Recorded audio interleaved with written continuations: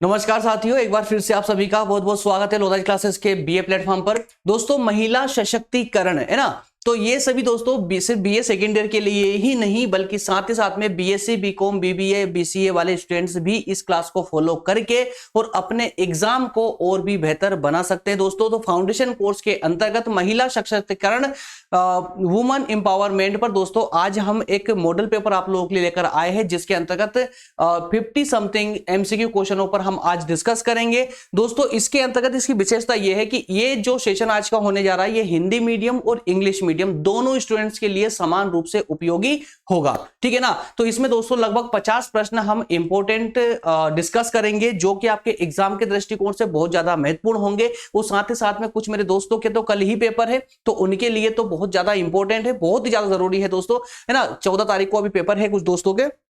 इसके बाद में इस नेक्स्ट मंथ में भी कुछ स्टूडेंट्स के जो है अगस्त में भी कुछ पेपर होने जा रहे हैं। तो दोस्तों शुरू करते हैं और देखते हैं डायरेक्टली अपने क्वेश्चनों को। इसका पूरा पीडीएफ का लिंक भी मैं आपको प्रोवाइड कर दूंगा, पीडीएफ भी आपको मिल जाएगा जहां से आप फिर से एक बार रिवीजन लगा सकते हैं।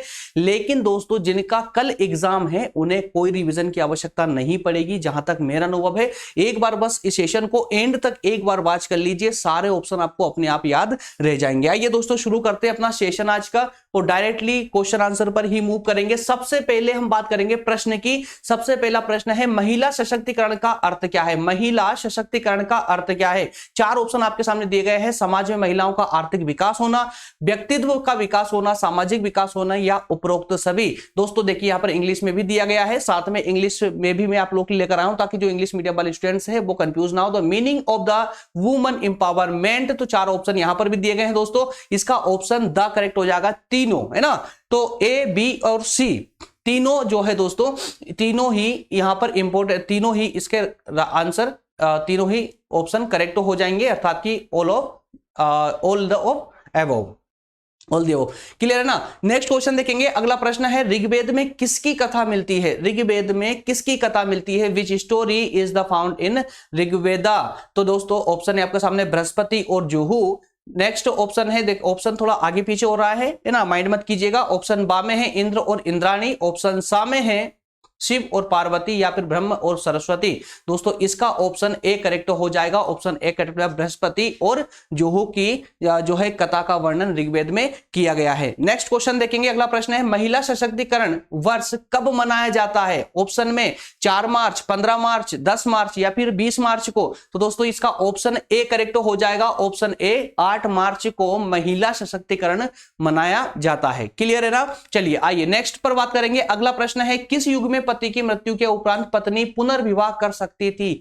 कौन से युग में, किस युग में? तो वैदिक या उत्तर वैदिक युग में, सूत्र काल में, प्रागैतिहासिक युग में या ऋग्वैदिक युग में? तो दोस्तों इस युग था, ऑप्शन ए करेक्ट हो जाएगा। वैदिक युग में पत्नी जो दोस्तों अधिकतर मैक्सिमम स्टूडेंट्स को तो ये डाउट रहता है कि सर जो सती प्रथा की, जो सती प्रथा जो चली आ रही थी हिंदू धर्म के अंतर्गत, ये प्राचीन समय की देन थी। बल्कि प्राचीन समय की वो दोस्तों देन नहीं थी, बल्कि मध्यकाल की देन थी। सती प्रथा मध्यकाल की देन थी, प्राचीन समय की नहीं। बल्कि देखिए वैदिक काल में पत्नी को पति की मृत्यु के बाद पुनर्विवाह करने का जो अधिकार था वो प्राप्त था। क्लियर है ना।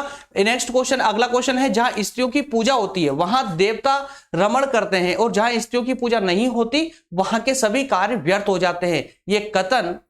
जो कथन है कहां से अवतरित हुआ है? ऋग्वेद से, सामवेद से, मनुस्मृति या अथर्ववेद से? इसका ऑप्शन दोस्तों ब करेक्ट हो जाएगा। सामवेद में यह वर्णित, माफ कीजिएगा, मनुस्मृति में यह वर्णित है कि जहां स्त्रियों की पूजा होती है वहां देवता वास करते हैं। क्लियर है।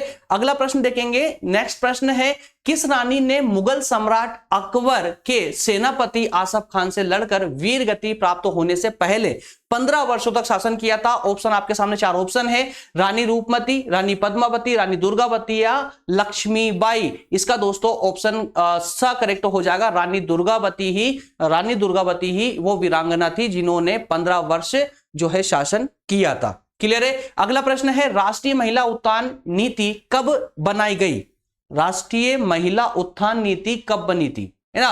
तो ये जो दोस्तों इसका ऑप्शन देखिए 1998, 1999, 2000 या 2001 में इसका ऑप्शन द करेक्ट हो जाएगा। ऑप्शन द 2001 में महिला उत्थान नीति बनकर तैयार हुई थी। अगला प्रश्न है, महिला सशक्तिकरण का तात्पर्य पुरुषों के बराबर, महिला सशक्तिकरण का तात्पर्य अर्थात अर्थ पुरुषों के बराबर, आगे देखिए, मानसिक है, आर्थिक है, सामाजिक है या उपरोक्त सभी में निर्णय लेने का अधिकार। उपरोक्त सभी में मानसिक रूप से, आर्थिक रूप से, सामाजिक रूप से, तीनों ही रूपों से बराबर निर्णय, है ना, सभी समान रूप से निर्णय लेने का अधिकार ही जो है महिला सशक्तिकरण का अर्थ है।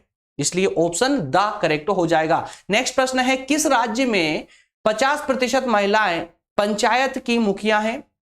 50% महिलाएं किस पंचायत की मुखिया हैं? बिहार, मध्य प्रदेश, पंजाब या उत्तर प्रदेश? दोस्तों यहां बिहार में, तो बिहार की जो पंचायत है 50% महिलाएं पंचायत की मुखिया है बिहार में। अगला प्रश्न देखेंगे। नेक्स्ट प्रश्न है, किस जिसके बाद, देखिए दोस्तों एक बात याद रखना, मैं इंग्लिश में इसलिए यहां पर ट्रांसलेट नहीं कर रहा हूं, इंग्लिश में इसलिए नहीं बोल रहा हूं क्योंकि सेशन अनावश्यक रूप से डबल टाइम चला जाएगा। जैसे अगर 15 मिनट का होना है तो ये आधे घंटे का हो जाएगा, है ना। और चूंकि ये है ही मॉडल पेपर, इसमें मैं चाहता हूं समय बचे, आपका एग्जाम टाइम है, समय बचाने का प्रयास है। इस कारण से इंग्लिश मीडियम वाले स्टूडेंट्स के लिए मैं लेकर आ चुका हूं डेटा। हिंदी में सुनते रहिए, उसके बाद पीडीएफ इसका डाउनलोड करके उसका रिवीजन आप लगा सकते हैं, इजीली रिवीजन लगा सकते हैं। और जहां तक दोस्तों मेरा मानना है, ये 50 प्रश्न आपके लिए बहुत ज्यादा इंपॉर्टेंट होंगे, आपके एग्जाम में जो है आपको 13 देंगे, याद रखिएगा। चलिए अगला प्रश्न है, प्रश्न नंबर 10 है, जिसके पास आर्थिक गतिविधियों पर नियंत्रण की ज्यादा शक्ति होगी वह शक्तिशाली होगा। यह कथन किसका था? मार्शल का, वेबर का, कार्ल मार्क्स या वालंटन का? तो दोस्तों ऑप्शन अ करेक्ट हो जाएगा, मार्शल साहब ने ही यह कथन कहा था। क्लियर है। अगला प्रश्न है, यत्र नारस्तु पूज्यते रमते तत्र देवता। भारत में प्रचलित इस प्राचीन श्लोक में किसकी महिमा का गान है? वृक्ष, देवता, नारी या पुरुष का? तो ऑप्शन दोस्तों इसका सा करेक्ट हो जाएगा। अभी अभी हमने देखा था कि जिस घर में नारी की पूजा होती है वहां देवता वास करते हैं। तो यत्र नारयस्तु पूज्यते रमते तत्र देवता, इसका अर्थ ही होता है नारी की जहां पूजा होती है वहां देवता वास करते हैं। इसलिए ऑप्शन सा करेक्ट हो जाएगा, नारी। ठीक है ना, नारी की महिमा का गान इसके अंतर्गत किया गया है। अगला प्रश्न है, 1993 में किस देश में आयोजित सम्मेलन में स्त्रियों के मानव अधिकार से संबंधित मुद्दों पर सभी देशों ने संबंधित कानूनों के निर्माण की अनिवार्यता पर बल दिया था? तो दोस्तों इसका ऑप्शन है आपके सामने, ऑस्ट्रिया, ऑस्ट्रेलिया, न्यूजीलैंड, वियना। एक सेकंड,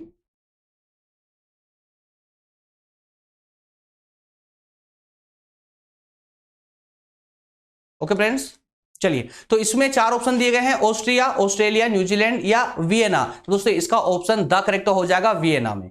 क्लियर है। नेक्स्ट प्रश्न है, महिलाओं का कार्यस्थल पर लैंगिक उत्पीड़न अधिनियम 2013 के तहत गठित स्थानीय शिकायत समिति से संबंधित कथन क्या है?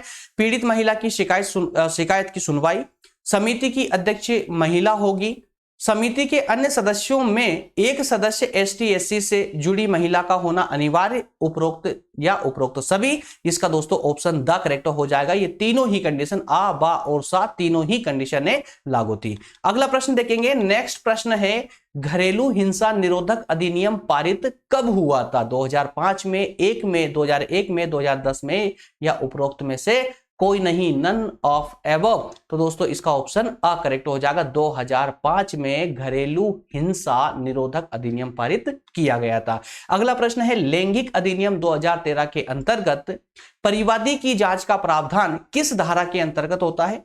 धारा 9, 11, 8 या 12? इसका ऑप्शन ब करेक्ट हो जाएगा, धारा 11 के अंतर्गत, धारा 11 के अंतर्गत। क्लियर है। अगला प्रश्न देखेंगे दोस्तों। नेक्स्ट प्रश्न है, महिलाओं के अधिकारों से संबंधित पुस्तक 10 जजमेंट दैट चेंज्ड इंडिया की रचनाकार कौन है? अनुष्का मोदी है, जियो मोदी, रेणुका मोदी या जारा मोदी? ऑप्शन सा करेक्ट हो जाएगा, जिया मोदी। ठीक है ना, जिया मोदी ही जो है 10 judgement that the changed India पुस्तक की रचनाकार है।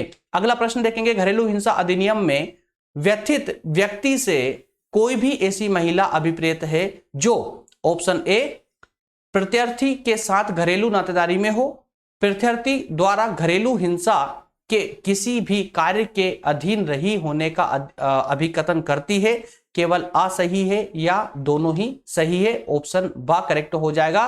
प्रत्यर्थी द्वारा घरेलू हिंसा के किसी भी कार्य के अधीन रही होने का अभिकथन करती है।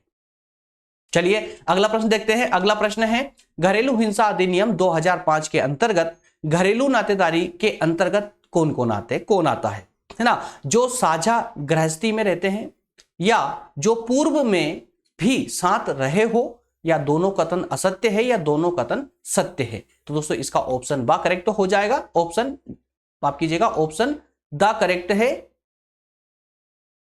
दोस्तों इसमें थोड़ा सा मुझे डाउट है, इसमें थोड़ा सा डाउट हो रहा है, मैं चेक करके आपको कमेंट के माध्यम से बता दूंगा, ठीक है ना? इसको चेक करना पड़ेगा मुझे, चेक करके कमेंट के माध्यम से, क्योंकि जहां तक मुझे लग रहा है इसका ऑप्शन बा करेक्ट होना चाहिए। ऑप्शन बा करेक्ट होना चाहिए, ठीक है ना?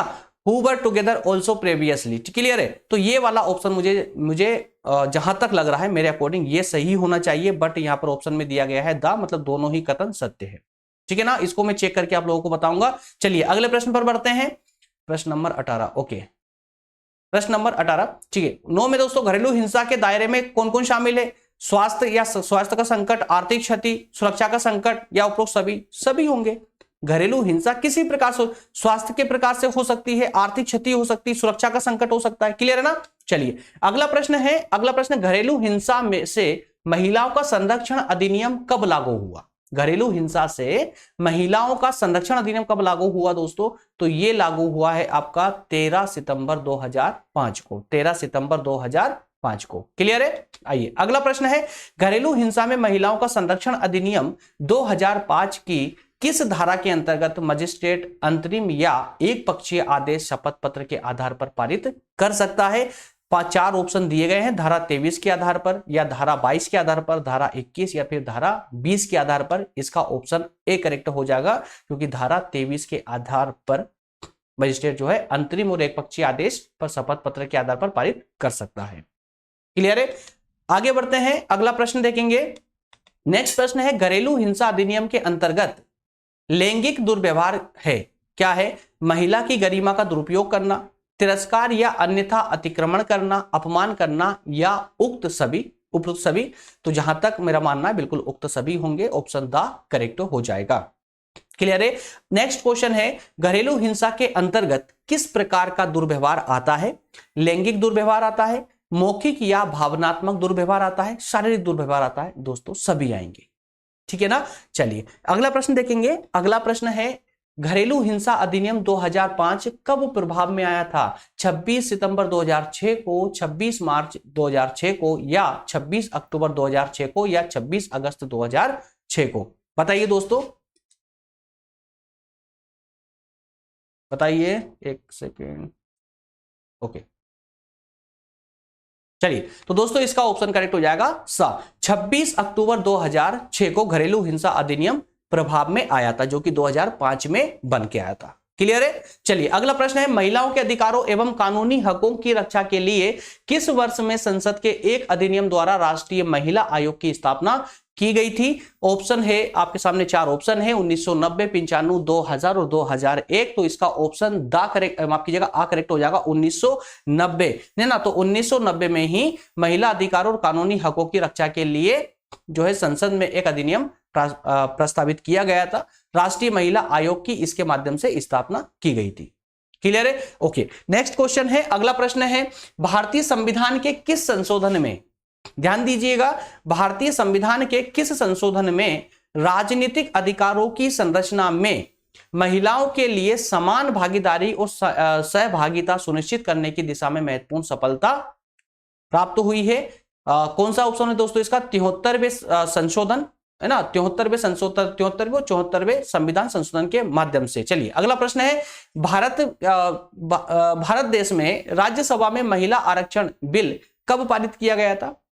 राज्यसभा, कुल मिलाकर के भारत में राज्यसभा में महिला आरक्षण बिल कब पारित किया गया था दोस्तों? 2010 में, 20 में, 15 में, या फिर 22 में? ऑप्शन ए करेक्ट हो जाएगा, ऑप्शन आ करेक्ट हो जाएगा। 2010 में भारत में राज्यसभा में महिला आरक्षण बिल प्रस्तुत किया गया था। अगला प्रश्न है, अगला प्रश्न, भारतीय तलाक संशोधन अधिनियम कब से प्रभावी हुआ?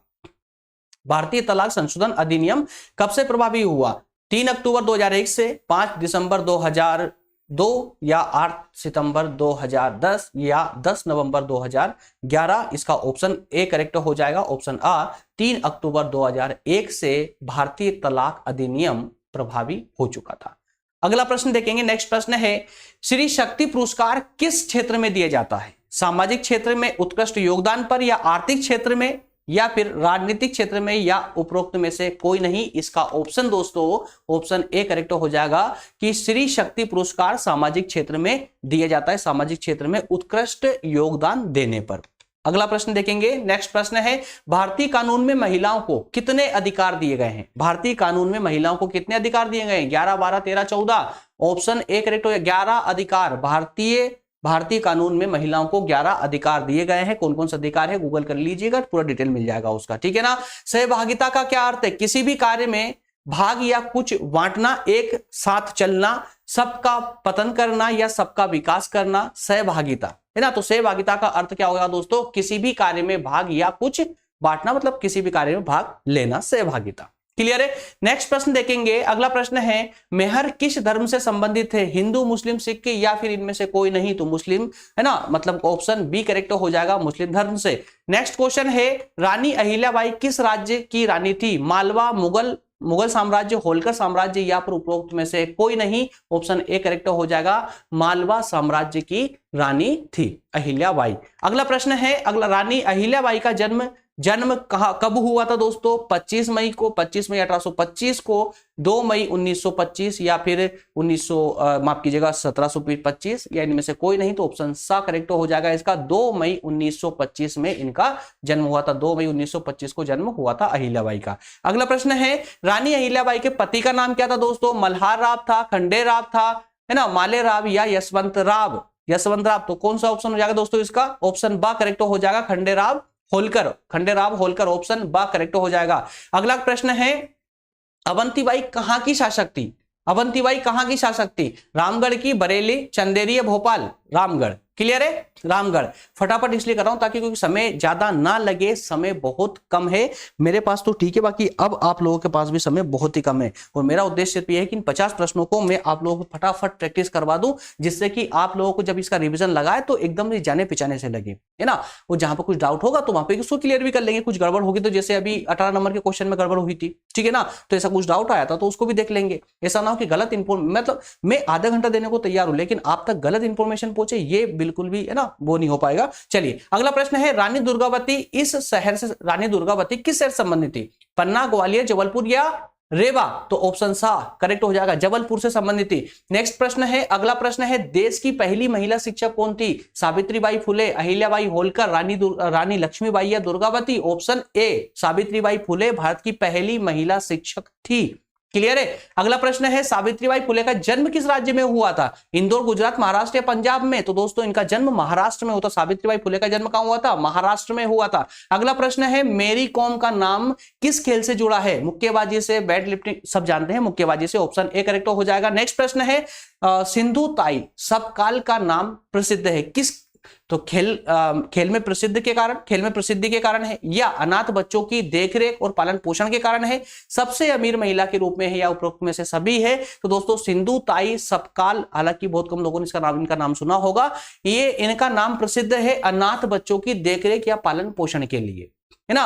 तो इसलिए ऑप्शन बी करेक्ट हो जाएगा। अगला प्रश्न देखेंगे, अगला प्रश्न है सिंधुताई सबकाल के द्वारा कितने बच्चों को गोद लिया गया था? ऑप्शन द करेक्ट डायरेक्टली देखिए 1042 बच्चों को इन्होंने अपने काल में गोद लिया था, गोद लेकर उनका पालन पोषण किया था सिंधुताई ने। क्लियर है। अगला प्रश्न है टेसी थॉमस कौन है? एक प्रक्षेपास्त्र वैज्ञानिक है, खिलाड़ी है, रानी है ना, यह समाज सेवी है? दोस्तों ऑप्शन आ प्रक्षेपास्त्र वैज्ञानिक है, मतलब कि मिसाइल साइंटिस्ट है। क्लियर है, इसलिए ऑप्शन ए करेक्ट हो जाएगा। अगला प्रश्न देखेंगे, अगला प्रश्न है पेप्सिको कंपनी के मुख्य कार्यकारी अधिकारी कौन है? कमला हैरिस है, और इंदिरा नूई, ईशा अंबानी या चंदा कोचर है? ऑप्शन सा करेक्ट हो जाएगा इसका, इंदिरा नोई जो है पेप्सिको कंपनी की मुख्य कार्यकारी अधिकारी है। अगला प्रश्न समाप्त।